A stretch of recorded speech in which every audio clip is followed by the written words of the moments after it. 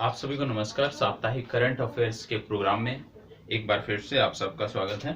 और हम देखने वाले हैं 11 जुलाई से लेकर 20 जुलाई के बीच के करंट अफेयर्स। लगभग 10 दिनों के करंट अफेयर्स का संपूर्णता से अध्ययन हम यहाँ पर करने वाले हैं।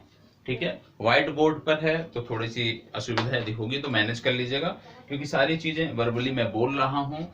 तो जो नोट डाउन करना है, यदि स्पष्ट नहीं दिखाई देता है तो जो मैं बोल रहा हूँ उस पर आपको ध्यान देना है और आराम से चीजों को नोट करते हुए चलना है। तो सबसे पहले हम अपनी चर्चा को प्रारंभ करेंगे।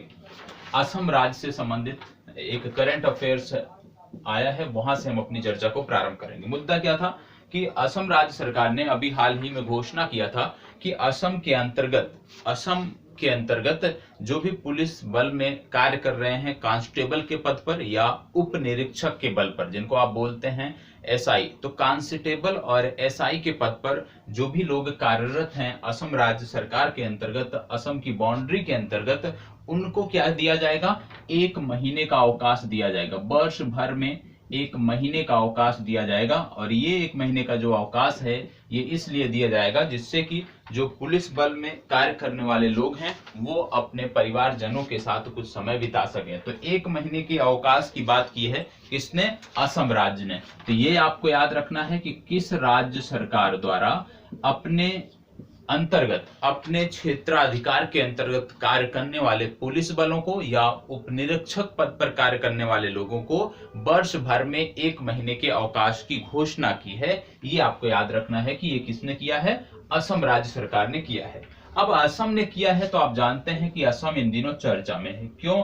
क्योंकि आप जानते हैं कि असम के नए मुख्यमंत्री बने हैं, और जो नए मुख्यमंत्री बने हैं उनका नाम भी आपको पता होना चाहिए। ठीक है, हिमंता, इनका नाम आपको पता होना चाहिए, हिमंता बिस्वा शर्मा। ठीक है, हेमंता बिस्वा शर्मा, ये आपको याद रखना है। ये असम के नए मुख्यमंत्री हैं। और अब आगे जब भी आप देखते हैं, जब तक ये पद पर रहते हैं, तो ये नाम 3 से 4 बार आप बोलेंगे तो निश्चित रूप से आपके मन मस्तिष्क में पूर्व की भांति बैठ जाएगा, जैसे आपने पूर्व मुख्यमंत्री का नाम याद कर रखा है। तो हेमंता बिस्वा शर्मा ये यहाँ के मुख्यमंत्री हैं। और आपको बता दें कि यहाँ के राज्यपाल हैं जगदीश मुखी। ठीक है, इसके साथ साथ असम क्यों चर्चा में रहता था?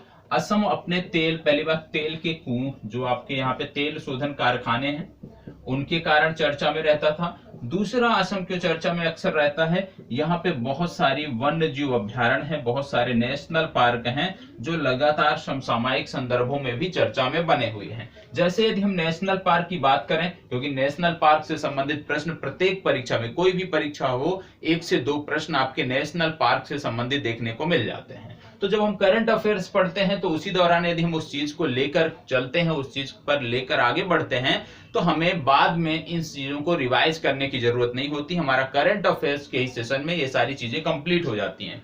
हमारा प्रयास भी रहता है कि जो भी आप पढ़ें उसको एक से दूसरे से लिंक करके पढ़ने का प्रयास करें। और जब आप लिंक करके कोई चीज पढ़ते हो तो वो हमेशा हमेशा के लिए आपके मन मस्तिष्क में बैठ जाती है और परीक्षा में इससे बहुत मदद मिलती है। तो नेशनल पार्क कौन कौन से हैं, राष्ट्रीय उद्यान कौन कौन से हैं? सबसे पहले आप जानते होंगे काजीरंगा। काजीरंगा नेशनल पार्क आपको देखने को मिलेगा असम में। दूसरा आपको देखने को मिलेगा डिब्रू सखोवा, डिब्रू सखोवा नेशनल पार्क, ये भी आपको असम में देखने को मिलेगा। इसके बाद आता है औरंग नेशनल पार्क, या इसको बोलते हैं राजीव गांधी औरंग नेशनल पार्क। ठीक है, कहीं कहीं आपको औरंग नेशनल पार्क देखने को मिल जाएगा, कहीं कहीं आपको देखने को मिलेगा राजीव गांधी औरंग नेशनल पार्क। इसके बाद आपका आता है मानस, और मानस नेशनल पार्क के अलावा आता है नामेरी। तो ये प्रमुख नेशनल पार्क हैं, ये आपको पता होना चाहिए। काजीरंगा, डिब्रू सखोवा, राजीव गांधी औरंग नेशनल पार्क, मानस नेशनल पार्क और नामेरी नेशनल पार्क। जैसे हम बात करते हैं काजीरंगा और मानस की, काजीरंगा और मानस की जो चर्चा होती है असम के संदर्भ में, जब हम चर्चा करते हैं तो सबसे पहले हमारे दिमाग में, जैसे हमने काजीरंगा या मानस का नाम सुना, तुरंत हमारे दिमाग में आना चाहिए एक सिंघी गैंडे। ठीक है, एक सिंघी गैंडे, क्योंकि भारत में जो एक सिंघी गैंडों का आवास स्थल है वो 2 राज्यों में सीमित है।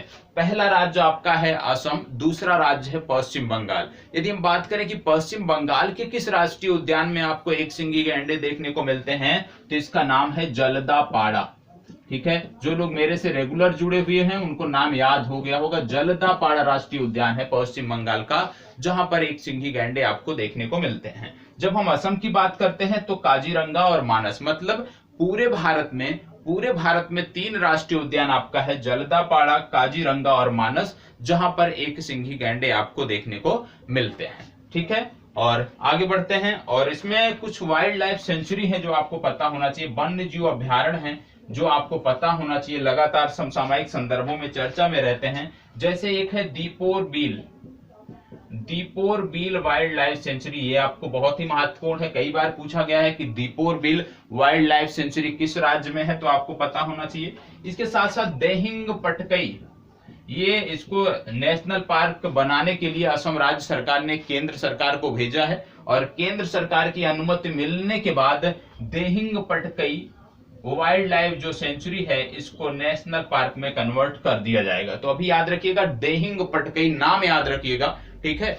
वाइल्ड लाइफ सेंचुरी या राष्ट्रीय उद्यान मत याद करिए, सिर्फ याद करिए देहिंग पटकई की असम राज्य में है। यदि आपसे पूछा जाए प्रश्न तो आप कर सको, ये आपको पता होना चाहिए। इसके बाद आता है पाबी तोरा वाइल्ड लाइफ सेंचुरी, ये याद रखना है, महत्वपूर्ण है। ठीक है, पाबी तोरा के बाद यदि हम देखें तो दूसरा जो आता है east Karbi Anglong wild life sanctuary, ये आपको याद रखना है। इसी तरह से आपको याद रखना है पोबा रिजर्व फॉरेस्ट। क्या याद रखना है?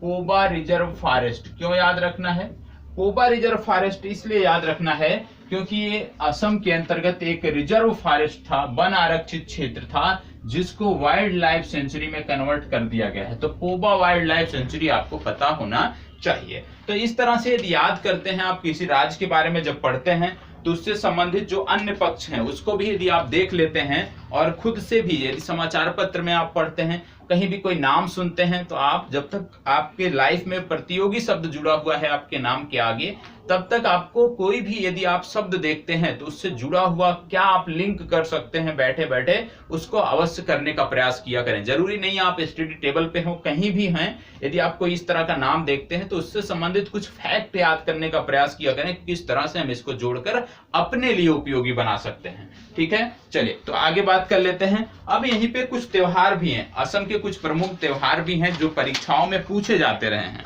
और बहुत महत्वपूर्ण त्योहार आपको हैं, ये त्योहार भी आपको पता होना चाहिए। तो आज असम से संबंधित जो हम जानकारी देख रहे हैं, सबसे पहले हमने देखा कि असम राज्य सरकार ने घोषणा किया कि उनके क्षेत्राधिकार के अंतर्गत उनके राज्य में कार्य करने वाले समस्त पुलिस कांस्टेबल को, समस्त उपनिरीक्षक को अब क्या दिया जाएगा? 1 महीने का अनिवार्य अवकाश दिया जाएगा। ठीक है, इसके बाद हमने वाइल्ड लाइफ सेंचुरी और नेशनल पार्क देखा। अब इनके प्रमुख त्योहार भी यहीं पर देख लेते हैं। और मैंने आपको बोला है कि आप जब करंट अफेयर्स मेरे से पढ़ें तो जब राज्य की किसी जानकारी में बताऊं तो उसको अलग पेज पर आपको नोट करना है, और इस तरह से आपको नोट्स बनाते हुए चलना है। तो इसमें त्योहारों में यदि हम देखें तो सबसे पहले बिहू इनका आता है, बिहू प्रमुख त्योहार है। दूसरा यदि हम देखें तो आता है देहिंग पटकई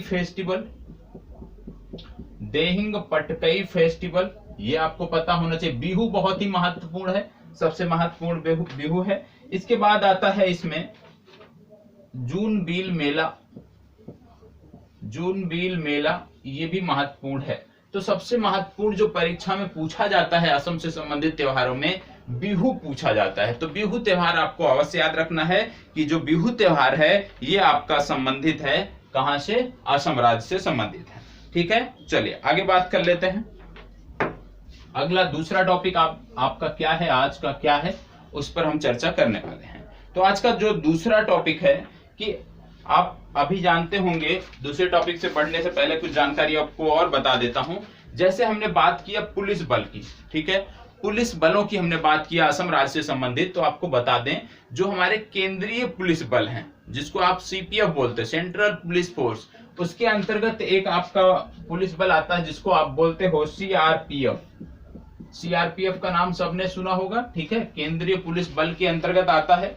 अब सीआरपीएफ में क्या जानकारी आपको याद रखना है? सीआरपीएफ ने अभी हाल ही में एडवांस टेक्नोलॉजी, वर्तमान समय में जो एडवांस टेक्नोलॉजी है उससे अपने कर्मियों को, जो सीआरपीएफ के कर्मी हैं, जवान हैं, उनको ट्रेनिंग देने के लिए इन्होंने समझौता किया है सीडैक से।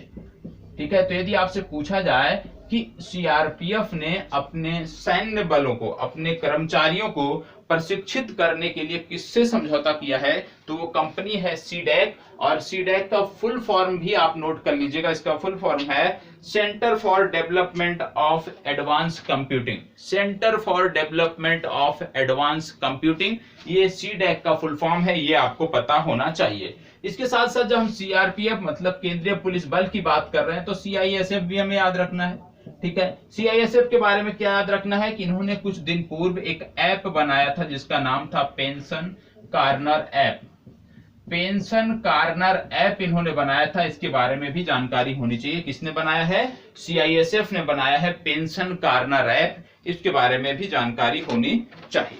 ठीक है, चलिए आगे बढ़ते हैं और अगला टॉपिक, दूसरा आज का मुद्दा क्या है उसको हम देखते हैं। ठीक है, और यदि आप करंट अफेयर्स रेगुलर आप जुड़े हुए हैं, रेगुलर आप देख रहे हैं, तो मैं 100% दावे के साथ कहता हूं कि कहीं से भी आपको करंट अफेयर्स पढ़ने की जरूरत नहीं पड़ेगी, क्योंकि इस माध्यम में, जिस माध्यम में आपको लिंक करके साप्ताहिक प्रोग्राम यहां पर उपलब्ध कराया जाता है, इस माध्यम से आपको निःशुल्क तो कहीं भी नहीं मिलने वाला। ठीक है, चलिए आगे बात कर लेते हैं। एक नाम इन दिनों चर्चा में है, नाम याद देखिएगा,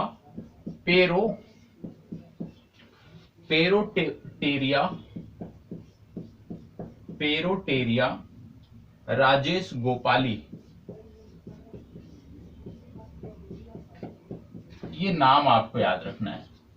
अब इस पे किस तरह का प्रश्न पूछा जाएगा, पेरोटोरिया राजगोपाली, किस तरह का प्रश्न इस पे पूछा जाएगा? सबसे पहले पूछा जाएगा कि ये है क्या, पेरोटोरिया राजेश गोपाली है क्या? तो आपको बता दें कि महाराष्ट्र राज्य में, कहां पर?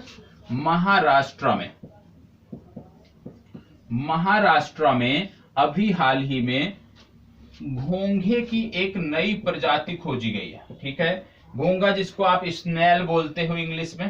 ठीक है, एक नई प्रजाति स्नेल की खोजी गई है और उसका नाम रख दिया गया है पेरोटेरिया राजेश गोपाली। तो आपको याद रखना है कि पेरोटोरिया राजेश गोपाली क्या है, एक स्नेल है या एक नई प्रजाति का घोंघा है जिसको खोज निकाला गया है। कहां पर? महाराष्ट्र में खोज निकाला गया है। अब महाराष्ट्र में खोज निकाला गया है तो आपको बता दें एक पुरस्कार होता है जिसको बोलते हैं महाराष्ट्र भूषण। अब ये महाराष्ट्र भूषण किसको दिया गया है अभी हाल ही में? तो ये बता दें दिया गया है आशा भोसले को। तो ये भी आपको याद रखना है। ठीक है, कि महाराष्ट्र भूषण से सम्मानित किया गया है किसको? आशा भोसले को सम्मानित किया गया है। ठीक है, अब इसमें आप सोच रहे होंगे कि इसमें पेरोटोरिया तो ठीक है, लेकिन राजेश गोपाली नाम कहां से आ गया? तो आपको बता दें राजेश गोपाली जो हैं भारत के प्रमुख बाघ संरक्षकों में से एक हैं और उन्हीं के नाम पर इसका नाम रखा गया है, ये आपको पता होना चाहिए। इसी के साथ साथ एक और स्नेल खोजा गया है महाराष्ट्र में जिसका नाम है वरदिया। एक साथ ही नोट करिएगा, वरदिया एम्बोलेसिस।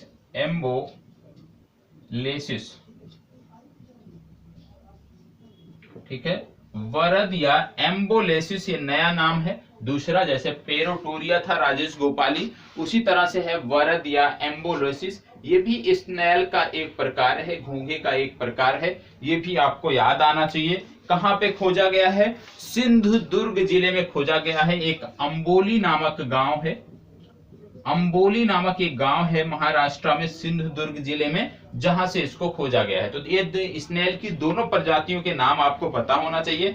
परीक्षा में यदि पूछा जाता है तो सीधा नाम देके पूछा जाएगा कि किस स्पीशीज की एक प्रजाति है ये, और आपको बताना पड़ेगा। ठीक है, चलिए अब इसमें आप देख रहे होंगे कि बरदिया, इसमें भी एक जो ये शब्द आया है बरदिया, ये कहां से आया है? एक है डॉक्टर है जिनका नाम है डॉक्टर बराड गिरी। डॉक्टर बराड गिरी जो हैं ये एक वैज्ञानिक हैं और इन्हीं के नाम पे रखा गया है वरदिया एम्बोलेसिस। तो ये दोनों स्नेल की प्रजाति को आप नोट कर लीजिएगा, महत्वपूर्ण है। ठीक है, अब हम अगर महाराष्ट्र की बात कर रहे हैं और पर्यावरण से संबंधित बात कर रहे हैं, जीव जंतु से संबंधित बात कर रहे हैं, तो आपको बता दें एक महत्वपूर्ण गांव यहाँ पे है जिसको बोलते हैं कन्हार गांव। नोट कर लीजिएगा इसको, बहुत ही महत्वपूर्ण है कन्हार गांव। क्यों महत्वपूर्ण है कन्हार गांव? सबसे पहली बात, कन्हार गांव जो है ये चंदापुर डिस्ट्रिक्ट, चंदापुर जिले में स्थित है और ये महाराष्ट्र का 50वां वाइल्ड लाइफ सेंचुरी घोषित किया। इस पूरे गांव को ही वाइल्ड लाइफ सेंचुरी घोषित कर दिया गया है और ये महाराष्ट्र का 50वां वन्य जीव अभ्यारण्य है। तो याद रखिएगा कन्हार गांव, इस गांव को ही वन्य जीव अभ्यारण्य घोषित किया है महाराष्ट्र द्वारा, तो ये आपको पता होना चाहिए। इसी तरह से जैसे आपने देखा कि एक गांव को वन्य जीव अभ्यारण्य घोषित किया गया था, इसी तरह का एक स्थान है केरल में जिसका नाम है, इसका भी नाम मैंने आपको बताया है, थुडियारा, थुडियूरू लिप्यारा। क्या है? थुडियूरू लिप्यारा। और ये एक पहाड़ी है, ये एक पहाड़ी है, ये है केरल में और इस पूरी पहाड़ी को अभी हाल ही में जैव विरासत स्थल का दर्जा दिया गया था। तो आपसे ऐसे भी पूछा जा सकता है कि थुडियूरू लिप्यारा पहाड़ी किस राज्य से संदर्भित है? तो ये संदर्भित है केरल से। इतनी जानकारी आपको होनी चाहिए। और जब महाराष्ट्र की बात कर रहे हैं तो आपको बता दें कि महाराष्ट्र में एक तिल्लारी संरक्षण रिजर्व भी है, तिल्लारी संरक्षण रिजर्व आपको देखने को मिलेगा महाराष्ट्र में, तिल्लारी संरक्षण रिजर्व। दूसरा आपको देखेगा आरे के जंगल यहाँ पे थे, महाराष्ट्र में है आरे के जंगल और आरे के जंगल के 600 एकड़ भूमि को जंगल क्षेत्र घोषित कर दिया गया था, वन क्षेत्र घोषित कर दिया गया था, ये भी आपको पता होना चाहिए। तो इसमें जो बोर्ड पे अभी तक लिखा गया है क्या क्या चीजें आपको पता होना चाहिए। सबसे पहले स्नेल या घोंघे की 2 नई प्रजाति महाराष्ट्र में खोजी गई है। पहला है पेरोटोरिया राजेश गोपाली और दूसरा आपका है बरदिया एम्बोलोसिस। ठीक है, तो ये 2 नाम आपने नोट कर लिया। कैसे इनका नामकरण हुआ है उसके बारे में आपने देख लिया।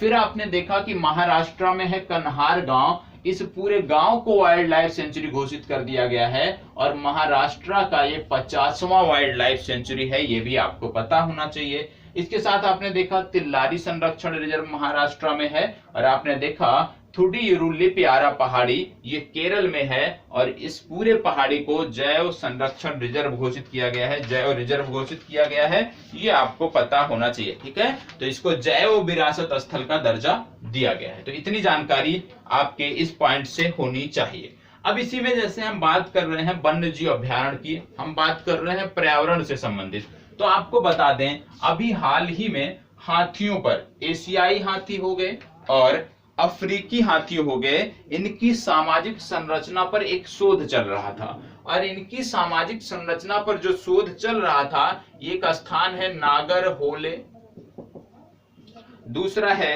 बांदीपुर।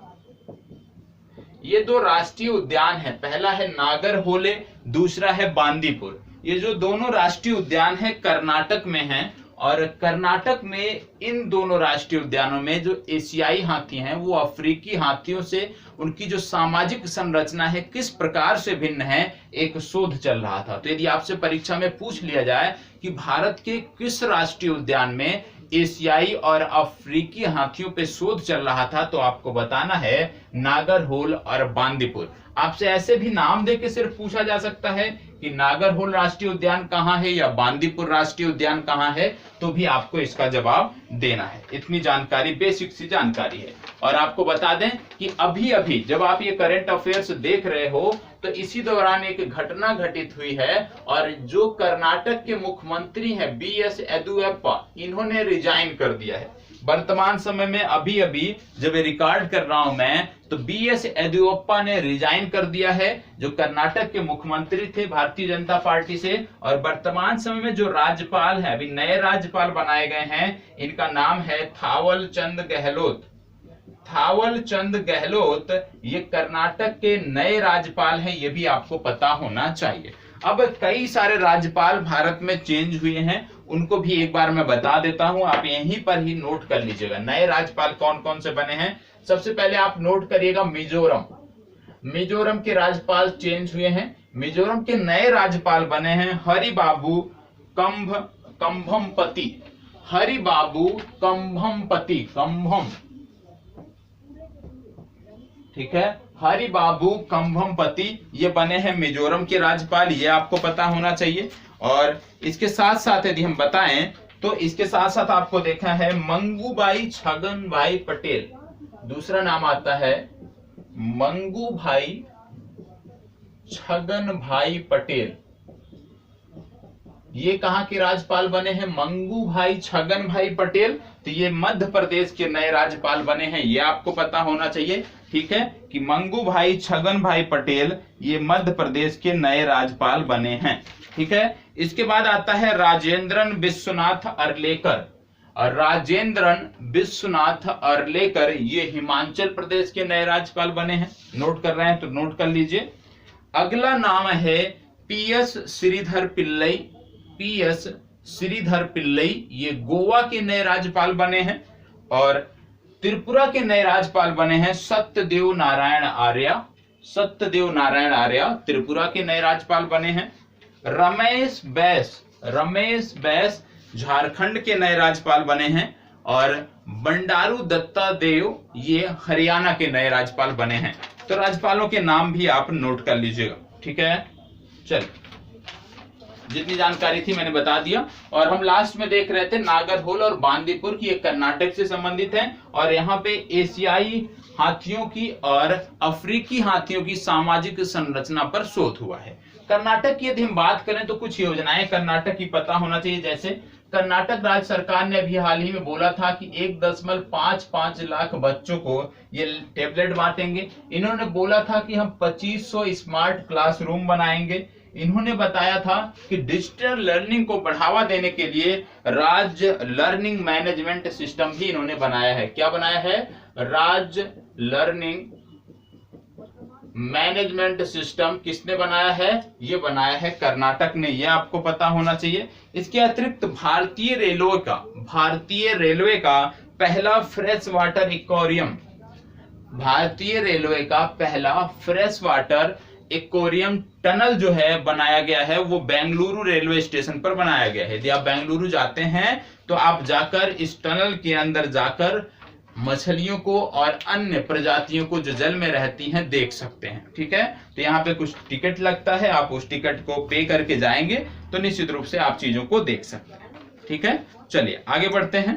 पहला जो हमारा टॉपिक था वो समाप्त हुआ, कर्नाटक से संदर्भित जो था, ठीक है। अब अगले टॉपिक पर हम पहुंचेंगे, अगली बात करेंगे। तो साथ साथ नोट करते हुए चलिएगा। यदि आप इस तरह से नोट कर लेंगे, ठीक है, आप 1 महीने नोट कर लेते हैं और इसके बाद आप कोई भी मासिक पत्रिका उठाकर देखिएगा, कोई भी एक मासिक पत्रिका उठाकर देखिएगा, आपकी ज्यादा से ज्यादा चीजें क्लियर आपको मिलेंगी और बहुत अच्छे से यहाँ मिलेंगी। हो सकता है कि मासिक पत्रिका में उतने बेहतर ढंग से चीजों का प्रकाशन नहीं किया गया हो, ठीक है।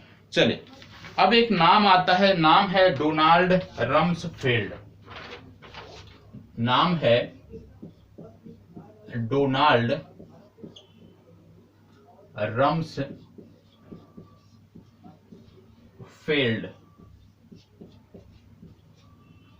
डोनाल्ड रम्सफेल्ड एक नाम आता है, इसके बारे में हमें बात कर लेना है। इनका हाल ही में निधन हुआ है, डोनाल्ड रम्सफेल्ड, इनका हाल ही में निधन हुआ है। तो पूछा जा सकता है कि ये चर्चा में क्यों हैं, क्या है इनका कारण चर्चा में रहने का। तो आपको बता दें ये अमेरिका के पूर्व रक्षा सचिव हैं। क्या है, अमेरिका के ये पूर्व रक्षा सचिव हैं, ये आपको पता होना चाहिए। और जब बात हम करते हैं अमेरिका की तो आपको पता होगा भारत और अमेरिका के बीच कई सारे सैन्य अभ्यास होते हैं जो परीक्षाओं में पूछे जाते हैं। जैसे कोप इंडिया, टाइगर ट्रंप, युद्ध अभ्यास नामक युद्ध अभ्यास, ठीक है। इसके बाद ब्रज प्रहार, ये जो युद्ध है अभ्यास है इसका नाम ही, इस एक्सरसाइज का नाम ही रखा गया है युद्ध अभ्यास। ठीक है, तो कोप इंडिया, टाइगर ट्रम्प, युद्ध अभ्यास और ब्रज प्रहार, ये 4 महत्वपूर्ण एक्सरसाइज है, ये आपको पता होना चाहिए। अमेरिका की वर्तमान समय में राष्ट्रपति हैं जो बाइडेन। और जो बाइडेन के बारे में आपको बता दें, इन्होंने कई पुस्तकें लिखी हैं। जैसे एक पुस्तक का नाम है प्रोमिसेस टू कीप, दूसरी पुस्तक का नाम है प्रॉमिस मी डैड, ये दूसरी पुस्तक का नाम है। तो ये 2 पुस्तक आपको पता होना चाहिए जो बाइडेन द्वारा लिखी गई हैं। इसके साथ साथ कमला हैरिस जो हैं, उनके द्वारा भी कई पुस्तकें लिखी गई हैं। जैसे स्मार्ट ऑन क्राइम, दूसरा सुपर हीरोज आर एवरीवेयर, इसके बाद आता है the truth be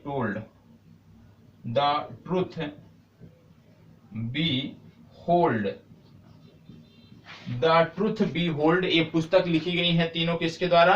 Kamala Harris द्वारा। और इधर की दोनों पुस्तकें लिखी गई हैं जो बाइडेन द्वारा, जो आपको पता होना चाहिए। यहाँ पे अमेरिका की बात कर रहे हैं तो आपको पता है अमेरिका का एक शहर है शिकागो। ठीक है, और शिकागो में आपको पता है कि वर्ष 1893 में स्पीच दिया था किसने? बहुत ही महत्वपूर्ण स्पीच थी। स्पीच दिया था स्वामी विवेकानंद ने। याद आया? स्वामी विवेकानंद ने 1893 ईस्वी में शिकागो में एक स्पीच दिया था, और ये बहुत ही महत्वपूर्ण स्पीच थी, आप सब जानते होंगे। और आप जानते होंगे कि स्वामी विवेकानंद ने ही रामकृष्ण परमहंस मिशन की शुरुआत की थी।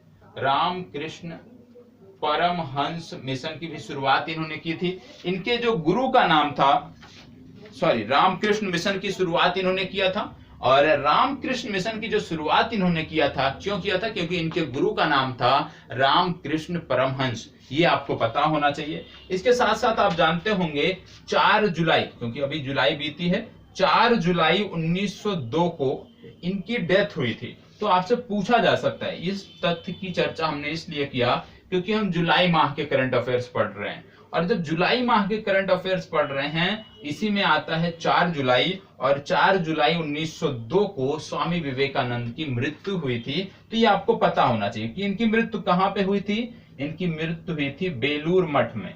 और जो बेलूर मठ है, ये कहाँ पे है? बेलूर मठ आपको देखने को मिलेगा हावड़ा डिस्ट्रिक्ट में। हावड़ा कहाँ पे है? पश्चिम बंगाल के अंतर्गत आता है। तो ये आपको पता होना चाहिए कि बेलूर मठ में इनकी मृत्यु हुई थी। इसके साथ साथ इनका जन्म दिवस कब मनाया जाता है? 12 तारीख को मनाया जाता है, 12 जनवरी। और इसी दिन हम मनाते हैं क्या? राष्ट्रीय युवा दिवस, इन्हीं के जन्म दिवस पर मनाया जाता है। तो याद रखिएगा, राष्ट्रीय युवा दिवस स्वामी विवेकानंद के जन्म दिवस के अवसर पर मनाया जाता है। ठीक है, अब इसी के साथ साथ आप देखें, अमेरिका की जब हम बात कर रहे हैं तो इन दिनों आप चर्चा सुन रहे होंगे कि अमेरिका ने अफगानिस्तान को छोड़ दिया है। ठीक है, अमेरिका ने एकाएक अफगानिस्तान को छोड़ दिया है। अफगानिस्तान को बोलते हैं हार्ट ऑफ एशिया उपनाम से भी अफगानिस्तान को जानते हैं। तो आपसे पूछा जा सकता है कि अफगानिस्तान को जब अमेरिका ने छोड़ा तो वो कौन सा एयर बेस था जहां पे अमेरिका की सेनाएं रह रही थी? तो वो बेस आपको पता होना चाहिए, उसका नाम है बगराम एयर बेस।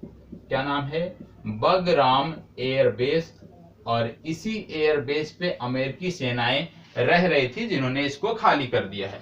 तो आपसे परीक्षा में ऐसे भी पूछा जा सकता है कि बगराम एयरबेस किस देश में है? तो आपको बताना पड़ेगा कि बगराम एयरबेस अफगानिस्तान में है।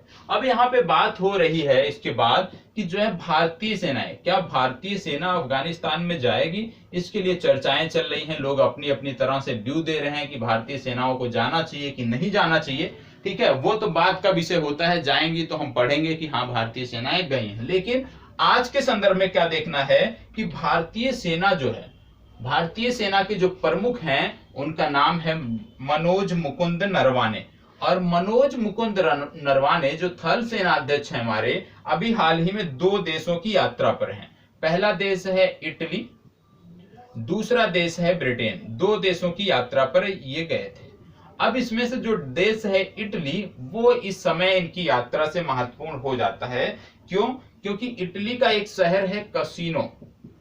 इटली का एक शहर है जिसका नाम है कसिनो, और कसिनो शहर में भारतीय सेना स्मारक बनाया गया है। क्या बनाया गया है? भारतीय सेना स्मारक। ये क्यों बनाया गया है?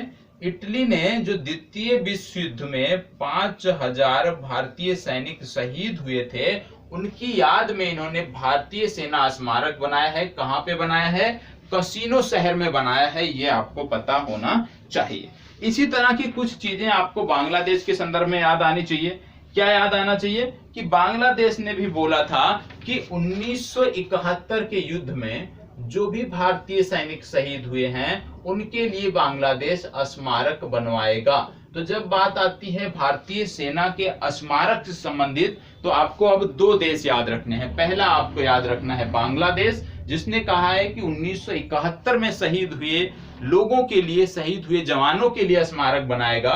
और दूसरा आपको याद रखना है इटली का कसिनो शहर, जिसने द्वितीय विश्व युद्ध में शहीद हुए जवानों के लिए स्मारक बनाने की बात की है। तो ये दोनों नाम आपको याद आना चाहिए। इसके साथ साथ बांग्लादेश ने कहा था कि वह एक सड़क बनाएगा जिसका नाम होगा स्वाधीनता सड़क। तो आपसे यदि पूछा जाए स्वाधीनता सड़क बनाने की बात किसने की है, तो स्वाधीनता सड़क बनाने की भी बात बांग्लादेश ने की है। ये आपको पता होना चाहिए। अब बांग्लादेश की बात कर रहे हैं तो इनका एक बच्चा जिसका नाम है सदत रहमान।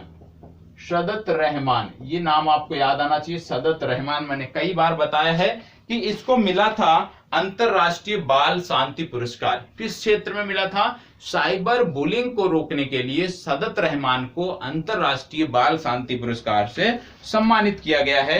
यह भी आपको पता होना चाहिए। इतनी बेसिक जानकारी है जो आपकी होनी चाहिए।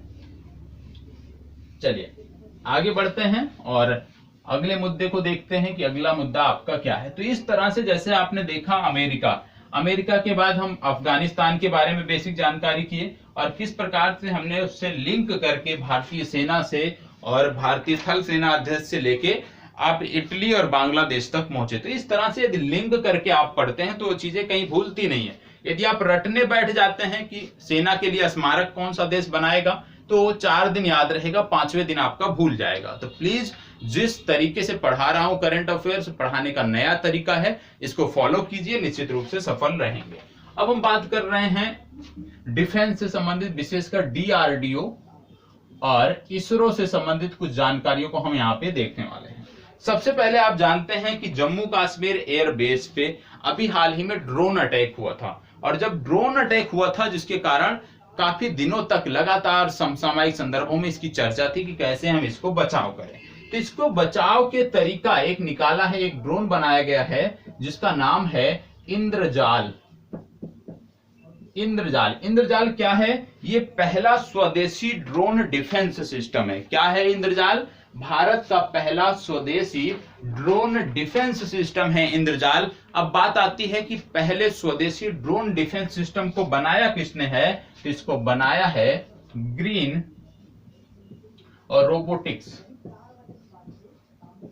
ग्रीन रोबोटिक्स ये कहां पे है? ये हैदराबाद में स्थापित कंपनी है जिसके द्वारा ये बनाया गया है। ठीक है, जैसे ही हैदराबाद हमने बताया, हैदराबाद, तुरंत आपको कुछ चीजें आपको याद आना चाहिए। जैसे डीआरडीओ ने भारत का पहला advance hypersonic wind tunnel facility जो बनाया था वो हैदराबाद में बनाया था। फिर से बता दे रहा हूं, क्या है? डीआरडीओ ने भारत के पहले advance hypersonic wind tunnel facility को हैदराबाद में बनाया था। यह जानकारी आपको पता होना चाहिए। इसके साथ साथ जब हम बात कर रहे हैं डीआरडीओ की, आपको बता दें कि सहायक एनजी, नाम याद ही होगा, सहायक एनजी एयर ड्रॉप कंटेनर बनाया था डीआरडीओ ने। इसके साथ साथ आपको पता होगा भारत ड्रोन भी बनाया था डीआरडीओ ने। भारत ड्रोन का निर्माण डीआरडीओ ने किया था। P7 heavy drop system, P7 heavy drop system भी बनाया था इन्होंने। इसके साथ साथ भारत में अभी तक बख्तरबंद जो गाड़ियां होती हैं सैनिकों के लिए, वो नहीं बनाई जाती थी, और अब भारत में बख्तरबंद गाड़ियों के लिए भी करार हुआ है। और 2 कंपनी है, एक का नाम है भारत फोर्ज भारत फोर्ज और दूसरी कंपनी का नाम है पैरामाउंट ग्रुप। ठीक है, तो भारत फोर्ज और पैरामाउंट ग्रुप इन दोनों ने मिलकर बख्तरबंद गाड़ियों का कारखाना बनाया है, ये भी आपको पता होना चाहिए। इसके अतिरिक्त 12 शार्ट स्पैन ब्रिजिंग सिस्टम भी बनाया गया है।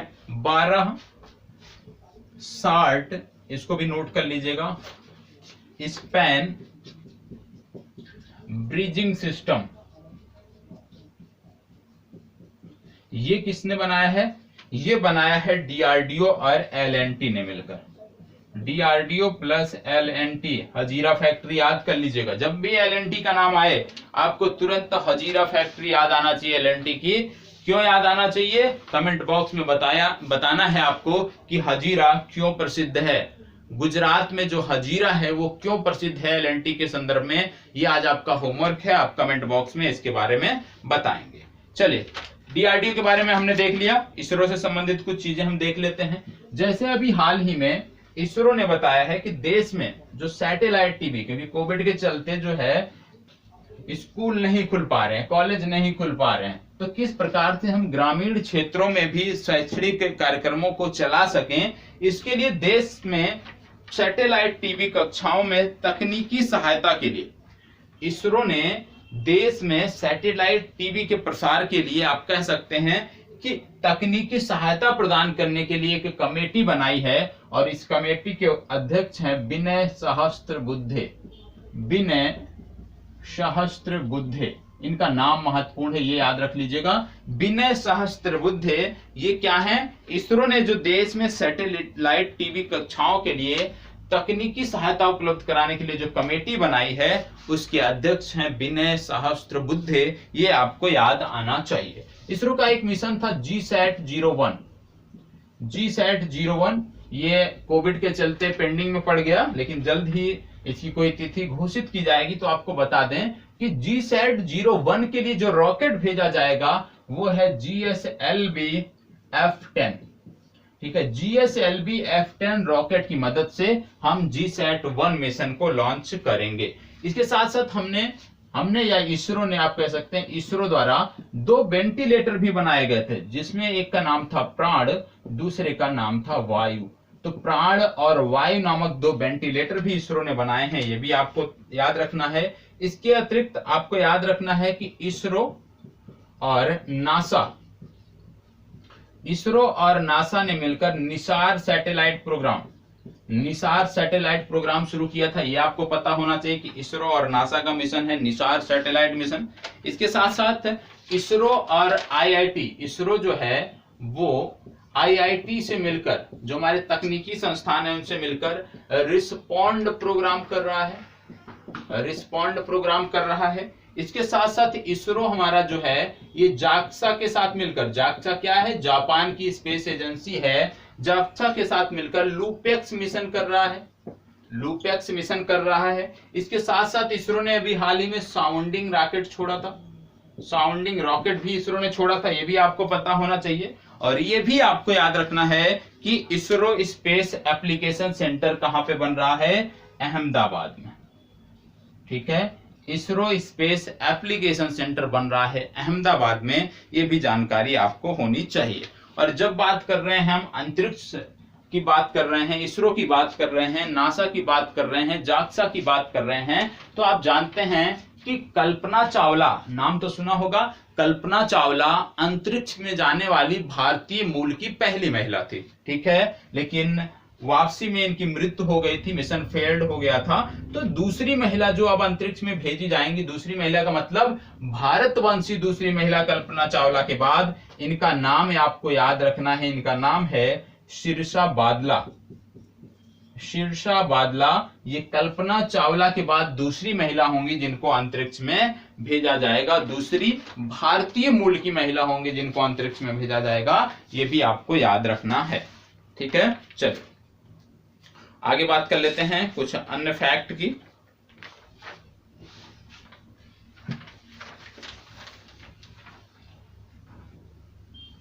तो इस तरह से चीजों को लेकर चलना है, नोट करना है। और आगे बढ़ना है। हो सकता है आने वाले समय में कि करंट अफेयर्स के लिए और बेहतर करंट अफेयर्स के लिए एक पेड बैच भी लॉन्च किया जाए। न्यूनतम शुल्क में 500 रुपए का शुल्क होगा। यदि ऐसा होता है तो अभी ये आप कह सकते हैं कि भविष्य की योजना है, अभी कंफर्म नहीं है।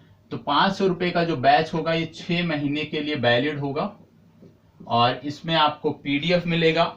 पीडीएफ के साथ साथ आपकी एक इस तरह से डिस्कशन की कक्षा होगी, एक लाइव प्रश्नोत्तरी की कक्षा होगी। तो बहुत विधिवत तरीके से उसमें चीजें होंगी। यदि ऐसा होता है तो निश्चित रूप से आपको अवगत कराया जाएगा। अब आगे बात कर लेते हैं ताल ज्वालामुखी की। ताल ज्वालामुखी क्यों महत्वपूर्ण है ताल ज्वालामुखी? आपको बता दें कि ताल ज्वालामुखी के लिए अभी हाल ही में चेतावनी जारी की गई है। चेतावनी जारी की गई है किसके लिए? ताल ज्वालामुखी के लिए। अब आपको बता दें कि ताल ज्वालामुखी है कहां पे, ये आपकी परीक्षा में पूछा जा सकता है। तो ताल ज्वालामुखी जो है ये है फिलीपींस में। फिलीपींस वही जिसकी राजधानी है मनीला, ठीक है। फिलीपींस में है ताल ज्वालामुखी, जिसको लेकर चेतावनी जारी की गई है। और जब ज्वालामुखी फटता है तो कौन सी गैस सबसे ज्यादा निकलती है? SO2 सबसे ज्यादा निकलती है। और मान के चलिए कम से कम 25,000 टन गैस निकलती है। 25,000 टन SO2 गैस निकलती है जब कोई भी ज्वालामुखी फटता है, ये भी आपको पता होना चाहिए। तो ज्वालामुखी के बारे में हम देख रहे थे। तो कुछ अन्य ज्वालामुखी हैं जो लगातार सक्रिय रहे हैं, जैसे मेरापी ज्वालामुखी, ये है इंडोनेशिया में, परीक्षा में पूछा जा सकता है, पूछा भी गया है। दूसरा है संगे ज्वालामुखी। संगे ज्वालामुखी है इक्वाडोर में, ठीक है। संगे के साथ साथ तीसरा आपको याद रखना है ला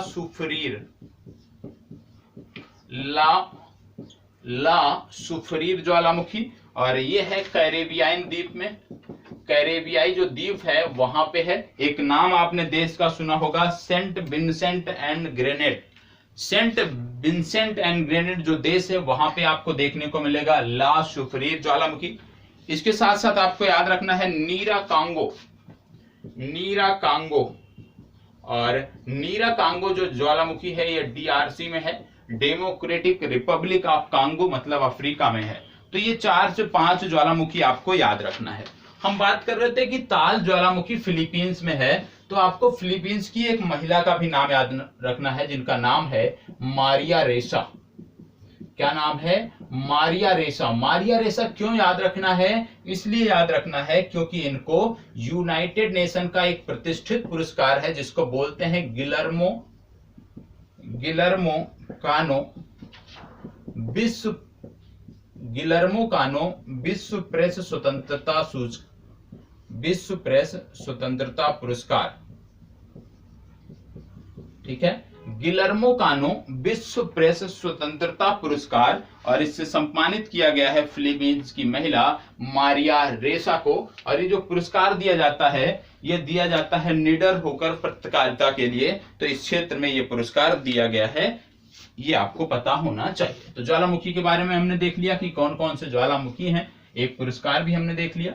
अब हम उत्तर प्रदेश से संबंधित कुछ करंट अफेयर्स देखने वाले हैं, ठीक है। चलिए, तो सबसे पहले उत्तर प्रदेश से संबंधित जो चर्चा करनी है उसकी शुरुआत होगी हेल्थ एटीएम से। हेल्थ एटीएम, अभी हाल ही में उत्तर प्रदेश सरकार ने हेल्थ एटीएम की शुरुआत की है। तो यदि आपसे पूछा जाए कि किस राज्य सरकार द्वारा हेल्थ एटीएम की शुरुआत की गई है, तो आपको बताना है उत्तर प्रदेश राज्य सरकार द्वारा हेल्थ एटीएम की शुरुआत की गई है। हेल्थ एटीएम क्या होता है? हेल्थ एटीएम का मतलब है कि एक प्रकार की मशीन होती है जहां पर आपकी समस्त स्वास्थ्य जांच मिनटों में हो जाती है। यदि आप उस मशीन पे जाते हैं, अपनी फिंगर रखते हैं या हथेली रखते हैं इस तरह से, तो वहां पे कई सारी जांचें, आपकी जो बेसिक जांचें होती हैं वो आपकी हो जाएंगी। उससे आप अनुमान लगा सकते हैं कि किस प्रकार की आपको बीमारी है या आप स्वस्थ हैं, तो इससे आप अनुमान लगा सकते हैं। तो हेल्थ एटीएम की शुरुआत करने वाला राज्य है उत्तर प्रदेश। उत्तर प्रदेश की राजधानी है लखनऊ, और लखनऊ आपको बता दें कि गोमती नदी के किनारे स्थित है। इतनी बेसिक जानकारी है जो आपको पता होना चाहिए। इसके साथ साथ मैं पिछले 2 बार से आपको रटाता हुआ आ रहा हूं कि यहाँ पे कुछ स्मारक बने हैं, जैसे महाराजा सुहेल देव स्मारक बहराइच में बना है, ये मैंने आपको बताया है। दूसरा मैंने आपको बताया है अर्जुन सहायक सिंचाई परियोजना, अर्जुन सहायक सिंचाई परियोजना, इसके बारे में भी मैंने आपको बताया था कि धसान नदी पर बन रहा है। इसके साथ साथ हमने बताया कि शक्ति पोर्टल चला रहा है, शक्ति पोर्टल बनाया है उत्तर प्रदेश सरकार ने। और स्मारक की यदि हम बात करें तो डॉक्टर भीमराव अंबेडकर के नाम पे एक स्मारक बन रहा है जो आपके लखनऊ में आपको देखने को मिलेगा। तो दो महत्वपूर्ण स्मारक याद रखने हैं, सुहेल देव के नाम पे बहराइच में और डॉक्टर भीमराव अंबेडकर के नाम से लखनऊ में, ये आपको पता होना चाहिए। इसके साथ साथ दिल्ली सरकार की तर्ज पर उत्तर प्रदेश सरकार ने एक योजना चलाया है जिसका नाम है अभ्युदय योजना। अभ्युदय योजना, अभ्युदय योजना के अंतर्गत एक अन्य योजना है जिसको बोलते हैं पथ प्रदर्शक योजना, पथ प्रदर्शक योजना। और पथ प्रदर्शक योजना में क्या है कि फ्री कोचिंग मुहैया कराई जाती है, प्रतियोगी परीक्षाओं के लिए फ्री कोचिंग मुहैया कराई जाती है। उनकी अलग से कुछ शर्तें हैं, तो उस शर्तों को पूरा करने वाले छात्रों को पथ प्रदर्शक योजना या अभ्युदय योजना के तहत फ्री कोचिंग उपलब्ध कराई जाती है। ठीक है, इसके साथ साथ इन्होंने पिंक बूथ भी शुरू किया था।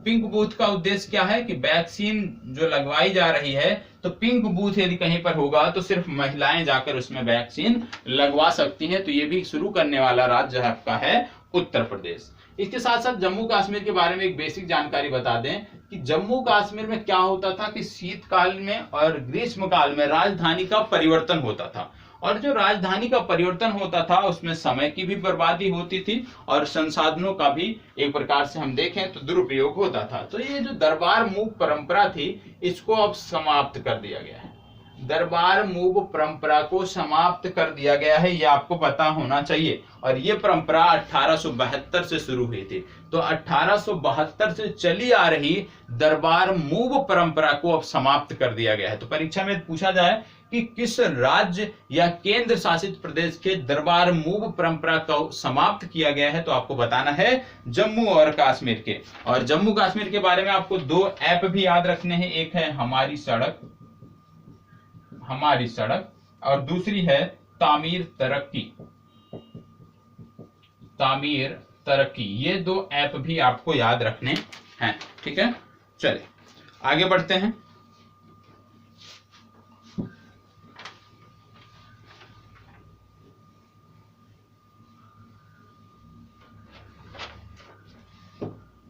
आगे बढ़ते हैं और अगली योजना है हमारी जिसकी हम बात करने वाले हैं, मुख्यमंत्री शहरी निकाय स्वामित्व योजना। क्या है? मुख्यमंत्री शहरी निकाय स्वामित्व योजना।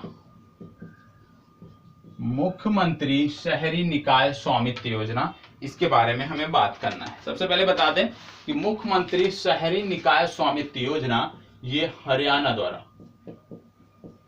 किसके द्वारा? हरियाणा राज्य सरकार द्वारा चलाई जा रही है, ये आपको पता होना चाहिए। तो वन लाइनर है, मुख्यमंत्री शहरी निकाय स्वामित्व योजना किस राज्य सरकार ने चलाया है? हरियाणा ने चलाया है। ठीक है, इसके साथ साथ आपको बता दें कि यहाँ पे आपकी योजना चली मेरा पानी मेरी विरासत, मेरा पानी मेरी विरासत योजना। इसके बाद आपको याद रखना है खेलो इंडिया यूथ गेम, खेलो इंडिया यूथ गेम जो होने हैं कहाँ पे? पंचकुला में होने हैं। पंचकुला कहाँ पे है? हरियाणा में है। इसके साथ साथ आपको समाधान से विकास मुहिम याद रखनी है, समाधान से विकास, समाधान से विकास मुहिम आपको याद रखनी है। ठीक है, हरियाणा ने शुरू किया है, ये आपको याद रखना है।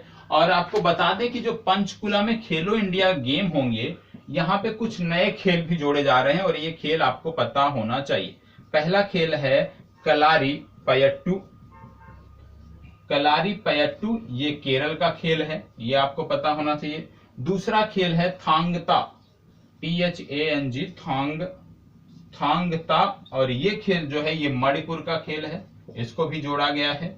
ठीक है, इसके बाद गटका एक खेल है, गटका खेल है पंजाब का, इसको भी इसमें जोड़ा गया है। और मलखंभ जो कि मध्य प्रदेश का खेल है, मलखंभ, इसको भी इसमें जोड़ा गया है। तो चार खेल इसमें और जोड़े गए हैं, कलारी पयट्टू, थांगता, गटका और मलखंभ। ये जो है आपको आगामी खेलो इंडिया यूथ गेम में देखने को मिलेंगे और खेलो इंडिया यूथ गेम का आयोजन पंचकुला में होना है।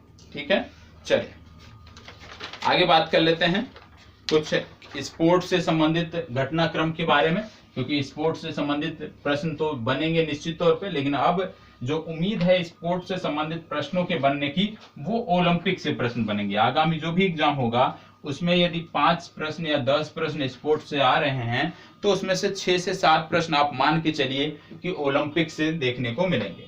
सबसे पहले एक नाम आपको पता होना चाहिए, इनका नाम है कास्टर्न, और इनका नाम ओलंपिक में भी निश्चित रूप से आप सुनेंगे, वारहोम। एक खिलाड़ी है जिनका नाम है कास्टर्न वारहोम, और ये नॉर्वे के खिलाड़ी हैं। कहाँ के खिलाड़ी हैं? नॉर्वे के खिलाड़ी हैं। इन्होंने अभी हाल ही में एक रिकॉर्ड तोड़ा है। किसका रिकॉर्ड तोड़ा है? केविन एंग का। केविन एंग का रिकॉर्ड तोड़ा है। ठीक है, कास्टर्न वारहोम जो नॉर्वे के खिलाड़ी हैं, इन्होंने केविन एंग का रिकॉर्ड तोड़ा है। रिकॉर्ड क्या तोड़ा है इन्होंने 400 मीटर की जो बाधा, हर्डल रेस जो आप बोलते हैं, 400 मीटर की जो बाधा दौड़ होती है उसको 46.77 सेकंड में पूरा किया है। ठीक है, तो कास्टर्न वारहोम ने 400 मीटर की बाधा दौड़ जो है उसको 46.77 सेकंड में किया है, पूरा किया है, इसलिए ये आपको पता होना चाहिए। अब इसी में आपको बता दें कि जैसे हमने देखा स्पोर्ट में हम देख रहे हैं एथलेटिक्स में, तो आपको पता है हुसैन बोल्ट जो जमैका के धावक थे, एक छत्र राज था इनका 100 मीटर 200 मीटर की रेस में। इनका भी रिकॉर्ड तोड़ा है एक बच्चे ने जिसका नाम है एरियन नाइटन। ये 17 वर्ष का एक बच्चा है अमेरिका का, जिसने हुसैन बोल्ट के 200 मीटर रेस का जो रिकॉर्ड था उसको तोड़ दिया है। तो निश्चित रूप से ओलंपिक में अब निगाहें एरियन नाइटन पर 100 मीटर और 200 मीटर की रेस में रहेंगे। अमेरिका के खिलाड़ी हैं, ये आपको पता होना चाहिए। ठीक है, इसके साथ साथ अभी हाल ही में ऑस्ट्रियन ग्रांड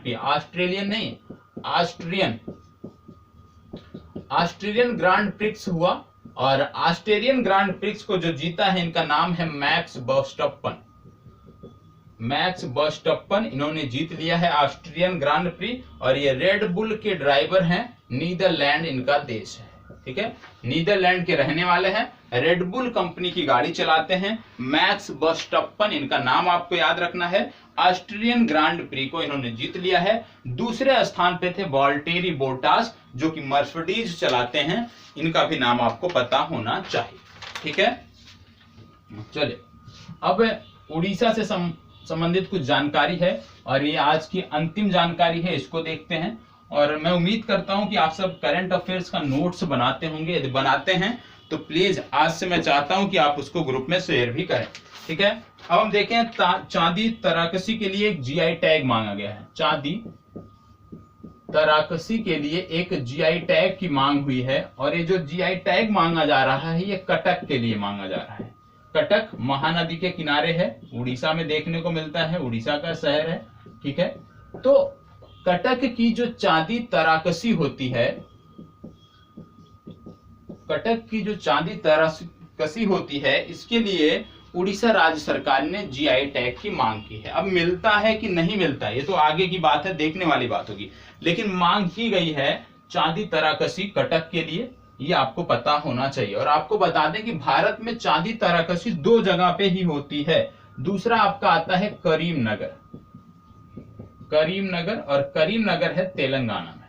ठीक है, तो भारत में चांदी तराकसी जो प्रसिद्ध है, पहली कटक की और दूसरी करीमनगर जो तेलंगाना में है, इसकी प्रसिद्ध है, ये आपको पता होना चाहिए। उड़ीसा की यदि हम बात करें, जब हम बात कर रहे हैं खनिजों की, चांदी तराकसी की हम बात कर रहे हैं, तो 2 नए लौह अयस्क के अभी हाल ही में खदानें खोजी गई थी। पहले का नाम था जिलिंग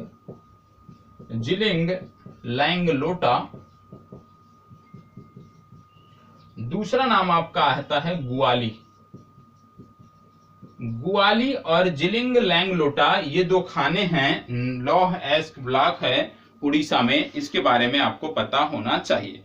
और आपको बता दें कि शहरी शासन सूचकांक अभी हाल ही में जारी किया गया था, और शहरी शासन सूचकांक में उड़ीसा राज्य जो है वो प्रथम स्थान पर है। इसके साथ साथ उड़ीसा ने ई पाठशाला और ई मूल्यांकन नामक ई पाठशाला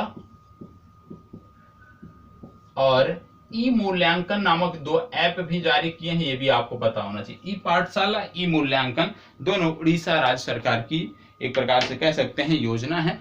तो आज के जो करंट अफेयर्स था उसकी चर्चा यहीं पे समाप्त होती है। जो आप नोट्स बनाइएगा प्लीज अपने जो आपका ग्रुप है जिसकी लिंक आपके कमेंट बॉक्स के डिस्क्रिप्शन में दी गई है वहां पे अवश्य शेयर करिएगा। तो यहीं पे अपनी चर्चा को विराम देते हैं, फिर मिलेंगे अगले सोमवार को पिछले 1 सप्ताह से 10 दिन के करंट अफेयर्स के साथ। तब तक के लिए बहुत बहुत आभार।